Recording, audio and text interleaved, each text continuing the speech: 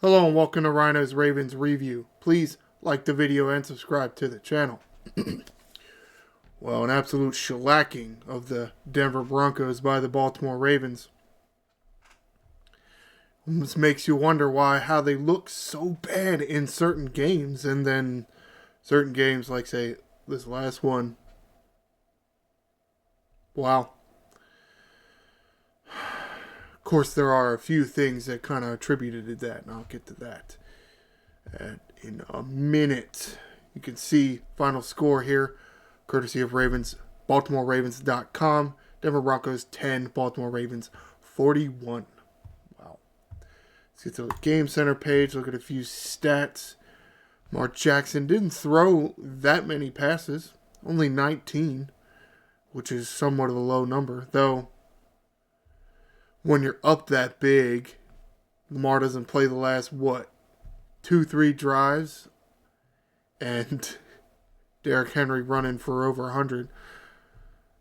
Within 23 carries, kind of expected a little more than 106, but that's whatever. Kind of how the game went. Still, I had a category, I guess, really 2 incomplete passes and really 1 drop.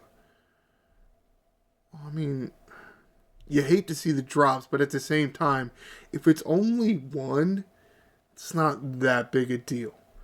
19 of 16 on passing, 280 yards, 3 touchdowns. That is a very good passer rating. I don't exactly know the rating or really care. I can see it. I can see the numbers for myself. I don't need a special number to average all of them out. It's fine.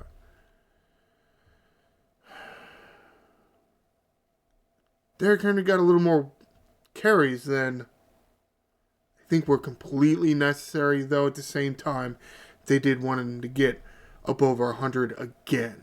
So it's really those last 2 or 3 runs that got him that.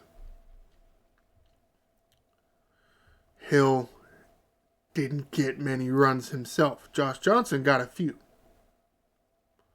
Kind of very late in the game, getting a stop on the goal line and having to punch some out himself.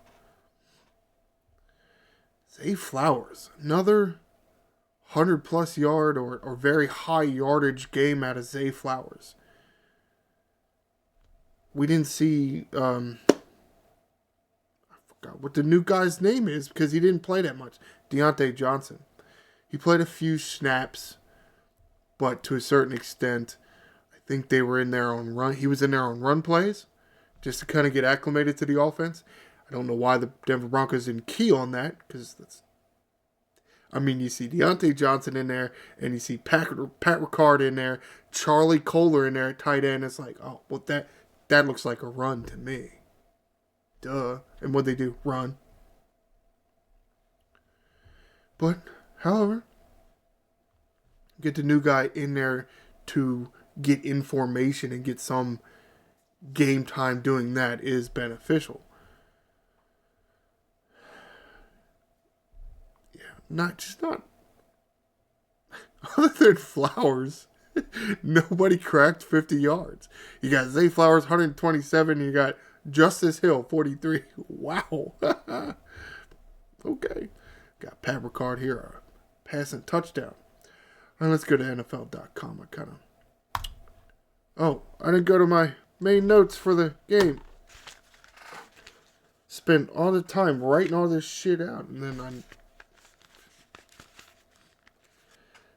bad start by the offense. It was a very bad snap. Very bad start. They only ran 4 plays. They actually got in the field goal range, or they were really already in field goal range thanks to the defense. And then, of course, Lamar Jackson and his, I want to be in shotgun, and then I'm going to drop back 5 more yards. Takes him out of field goal range. Good job, Lamar. Got to criticize him somehow. Otherwise, they get a big head and think they're all great and they're perfect, and they play like that and get their asses kicked. But a fantastic start by the defense. You see this interception, 3 plays into the game, interception. So really, yeah, well, because of the kickoff. right? Kickoff, then a run, and then the interception. The run here, yeah, it was a pitch and it was a run. Marcus Williams comes flying out of nowhere. I swear, the dude was like 20 yards deep. And then the pitch to the running back, and here he comes screaming in there and just, maybe it wasn't like a blast, like it was a huge bone-crushing hit. But it was a huge sound, bringing the running back down kind of tackle. Where the hell were you last game? Could use some of that last game. Okay. And a good start by John Harbaugh. This drive here, turnover on downs, did have on third down the trying to go for a yard and a half on a straight quarterback sneak. Boom, stuffed by the defensive front. Then trying to get a little swing pattern, or did he pitch the ball? He pitched the ball, or was it a swing pass?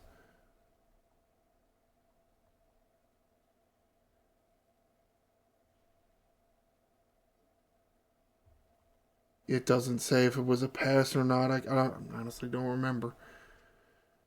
To the running back, trying to get out to the right side because, right, they line up looking like a quarterback sneak, so the defense stacks the middle. Well, then you got to go to some kind of play outside. Well, Roquan Smith and Brandon Stevens given pursuit over there. Couldn't give up any more than, what, 3/4 of a yard, and you know what? They only gave up half a yard. They rolled on the field that they got the first down. Finally, a good challenge by John Harbaugh.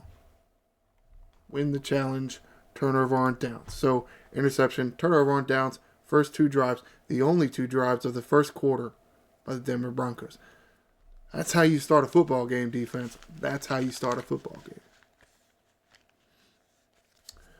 We're not going 20 yards deep. Darius Washington got the interception. It was more of a Kyle Van Noy's kind of in the passing lane, so he's kind of got to go over top, and the throw kind of went a little wide, but right place, right time, making a good play on the football. And Lamar dropping back too far, because so what he does, it's like nobody has ever told him, hey, Lamar, you can't do that. You can't be 5 yards in the shotgun. You're already 5 yards back. You can't drop back another 5 yards. Okay. Yeah, most everybody caught their targets. Flowers 5 of 6. Bateman was kind of the drop. It was some kind of Lamar ad-lib kind of play where everybody thought he was going to run, and Bateman was kind of trying to set himself up to block, but then last second, he's like, go over here. He's trying to go over here. He's got a defender on him, and he just juggles it. Oh, well, they did fumble the ball a little bit. Luckily, they didn't lose the ball, but you can see Derrick Henry and Lamar both with fumbles. Not good at all. Not good at all. We're able to get in a few passing lanes of Bo Nix. You can see that here. What am I going to say about the defense? What do I got? They did get pushed around a bit as far as downhill running. Feel like there were definitely, it was about 4 yards. I feel like Broncos are running for about 3-4 yards each time with the running back. Had a few instances where, it was an obvious short yardage kind of run. They were able to stuff it. But for the most part, really kind of getting beat up front. Losing Michael Pierce kind of hurts. Having several defensive linemen that are kind of hindered by injury. They have signed a few veterans. See how that plays out.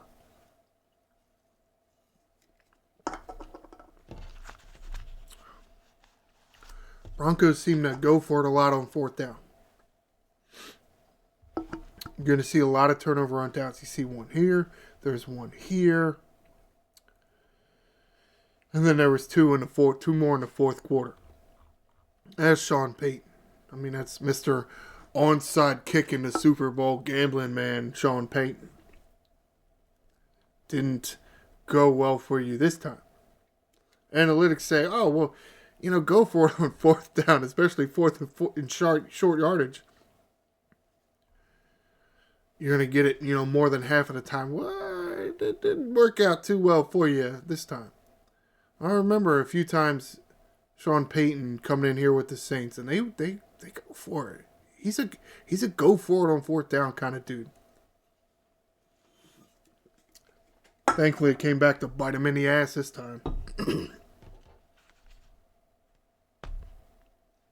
Yeah, the relentless pursuit there.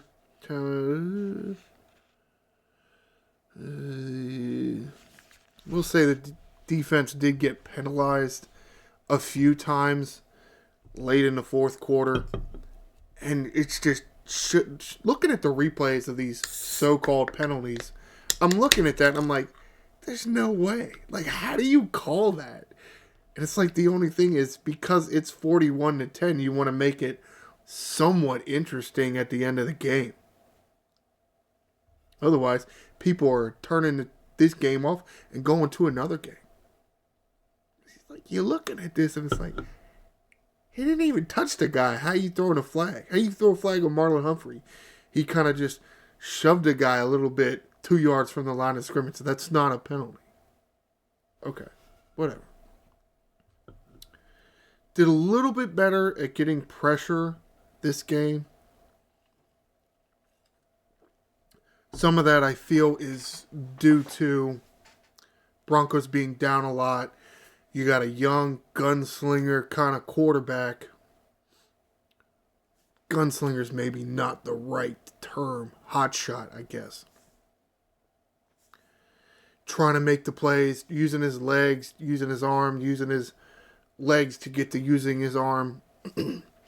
Trent Simpson with a nice sack, using the speed when Bo Nix is trying to get out of the pocket to extend a play, do his best Lamar Jackson impression, and here comes Trent Simpson, at least the fastest linebacker on this team, bringing him down for the sack. Very nice to see Tavius Robinson with 2 sacks. Malik Harrison getting in on the action. Haven't seen him too much. He has been kind of in and out with injuries this year. Got himself a sack also. 4 sacks is nice. Do feel like I want to see them with more unclean pockets. Feel like the defensive front likes to bull rush a lot, and it's not exactly the greatest way to do it all the time. They don't have a lot of guys that can swim moves or spin move or juke move or anything like that.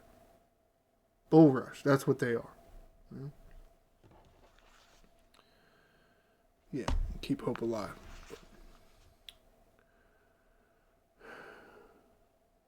Fairly nice game played by the defense, though, again, kind of aided by the offense. We'll go back into talking about the offense and their success, and early success by the defense helped the offense, not necessarily early success, get themselves righted somewhat early in the game, therefore keep scoring and keep scoring and keep scoring, and then you're putting pressure on the Broncos offense because they're behind so much. And that aids the Baltimore defense, who was up to the task this time. This was not one of those games where you get up somewhat big and you kind of let your foot off the gas and you allow the other team to get back in the game.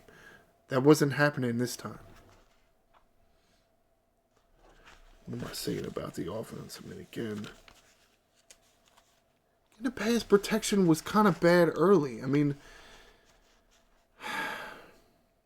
Especially the first drive that took him out of field goal range. To a certain extent, it wasn't necessarily bad pass protection.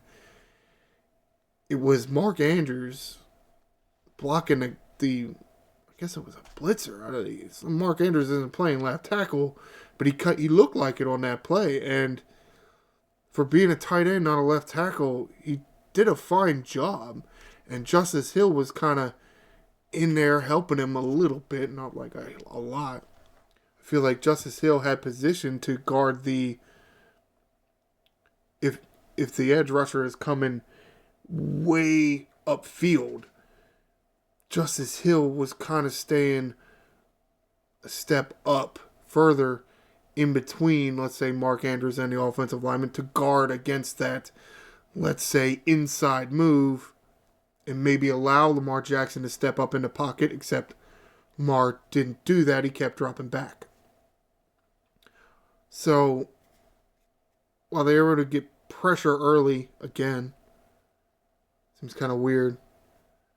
Or at the same time, Lamar allowing his opposing defense to get pressure, again, early. It's somewhat concerning when you see something like that happening more than once. How many times have we seen that? Like, we saw it in the Bucs game. But then it's like you write yourself later. Man, I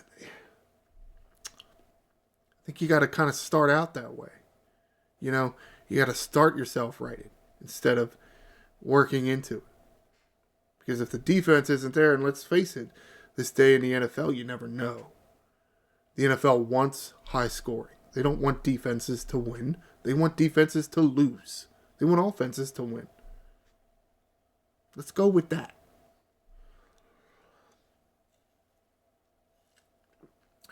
Got to start off better. Or maybe they're almost becoming too predictable, right? Oh, first play of the game. What are the Ravens doing? Run Derrick Henry. What did they do? Oh, they passed. 1 yard pass to Rashad Bateman. And then you run with Derrick Henry and then an 11-yard sack. Yeah, because Lamar dropped back that far. However,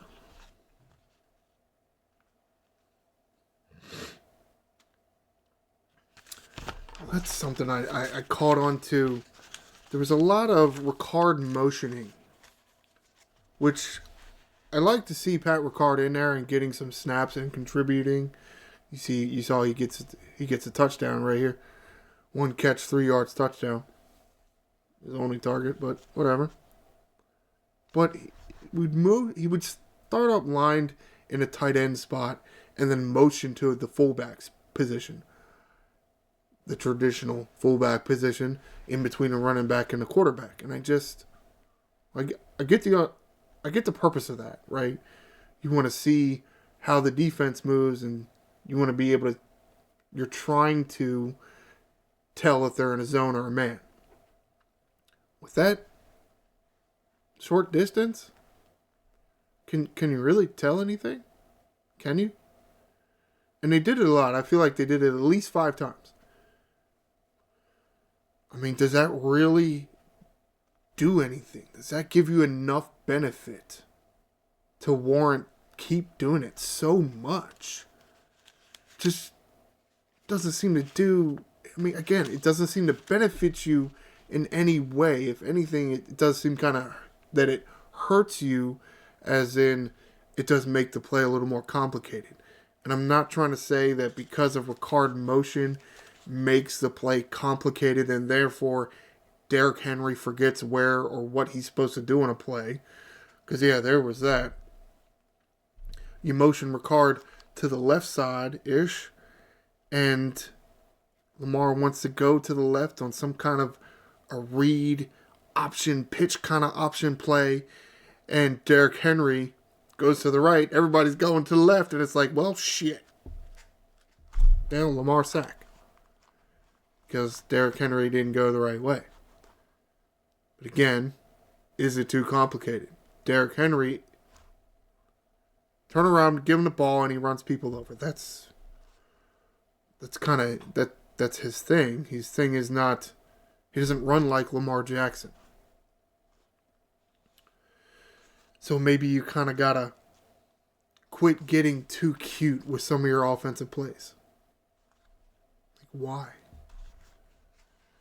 I mean, I understand the concept. It's like, oh, if Derrick Henry gets in there and we don't run any of these motions or any of these RPOs or read options or pitch options or speed options, if we do none of that, then when he's in the game, they know none of that's coming.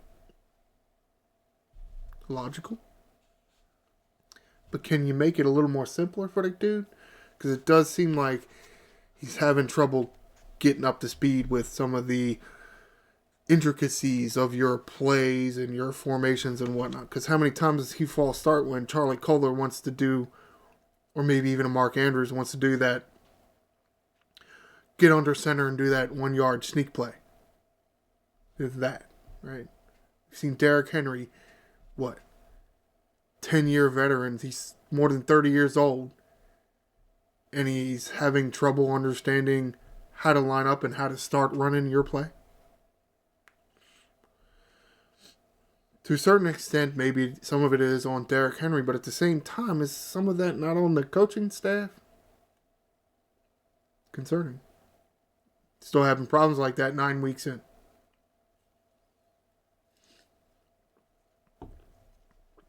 Yeah. What else I got here? Yeah, adding complexity. No, that was about it.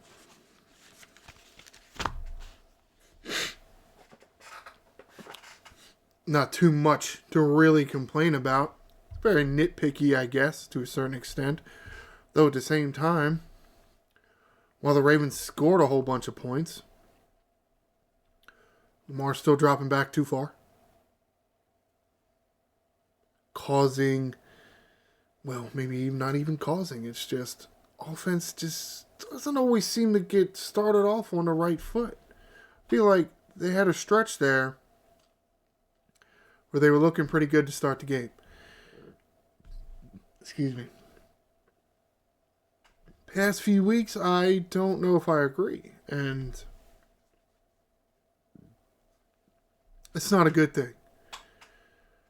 I mean, to a certain extent, you understand because you don't know what the Denver Broncos are going to do to you. Well,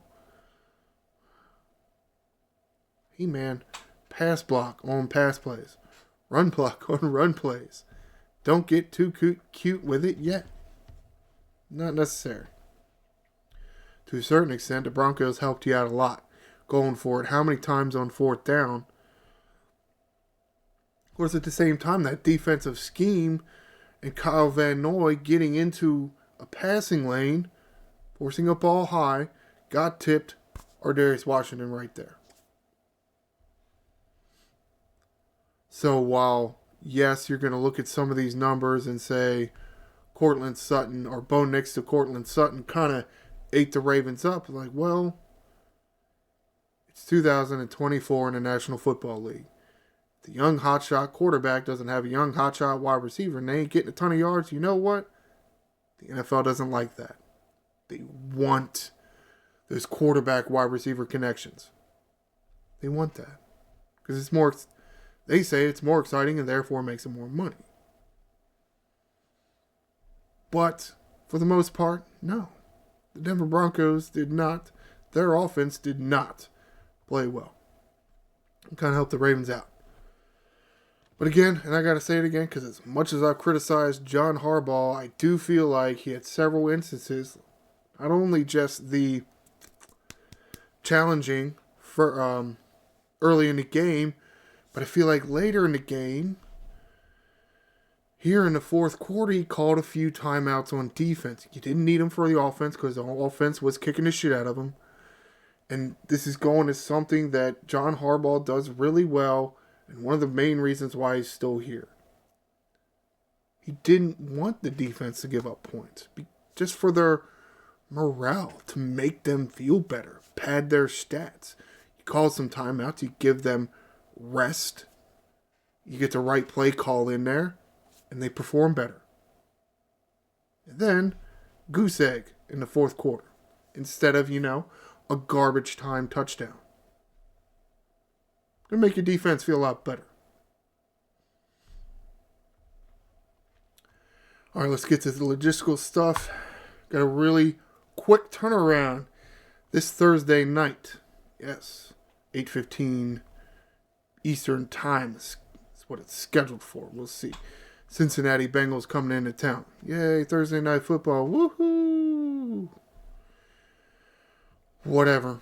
But it's at M&T Bank Stadium, so there is a benefit there. You were at home, played a home game. Yeah, you're on Thursday night football, but you know what? It's a home game. So that's kind of a nice thing. Not sure if the NFL was trying to do that intentionally, but it's a good move anyway. Maybe, of course, the Bengals gotta go on the road because I don't know when they played. However, so while this is gonna do it for this edition of Ryno's Ravens review. Shit. All right, trying this again kind of got me right there. I'm trying to do my outro. I'm coughing stuff. It's getting to be that time of the year. So this is going to do it for this edition of Ryno's Ravens review. Please stay tuned for Wednesday, next edition of Ryno's Ravens preview, and I'll preview the game between the Cincinnati Bengals and the Baltimore Ravens from M&T Bank Stadium, Thursday Night Football. Please like the video and subscribe to the channel. I am the Angry Ryno. Fly Ravens, fly.